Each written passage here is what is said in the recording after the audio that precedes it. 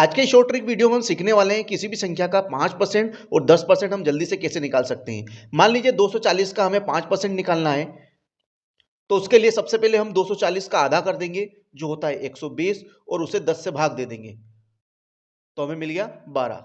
ये है 240 का 5%। एक और एग्जाम्पल हम ले लेते हैं।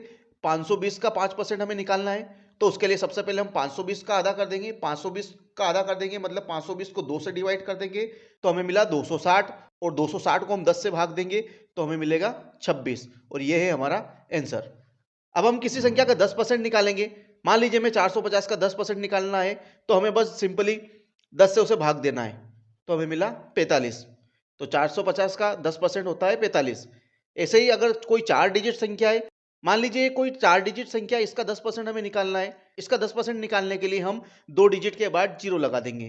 तो 4 5 3 2 और 2 डिजिट के बाद 1 2, 2 डिजिट छोड़ने के बाद हमने पॉइंट लगा दिया। 45.32 और ये है हमारा आंसर। तो ऐसे हम किसी भी संख्या का 10% निकाल सकते हैं। और अगला क्वेश्चन आपके लिए, आप इस संख्या का 10% निकालिए।